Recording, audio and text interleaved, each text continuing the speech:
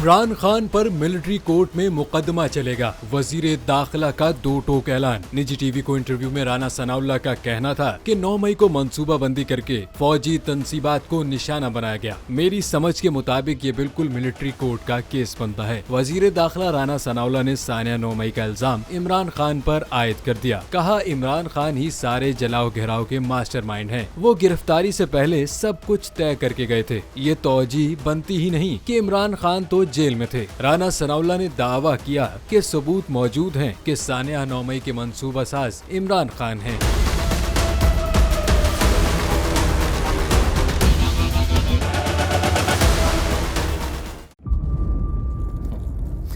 इंतजार था ना, चलो इस बार वो करते हैं जो इससे पहले किया ही नहीं। किस्मत की आंखों में आंखें डाल के जीतना होगा।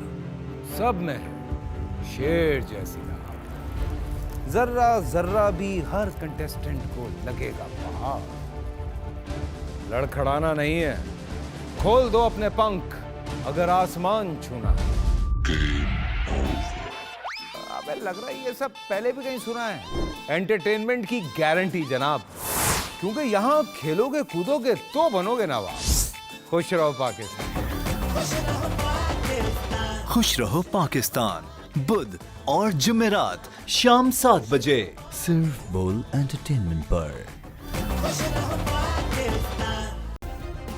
सब्सक्राइब करें और बेल दबाएं ताकि कोई खबर रह न जाए।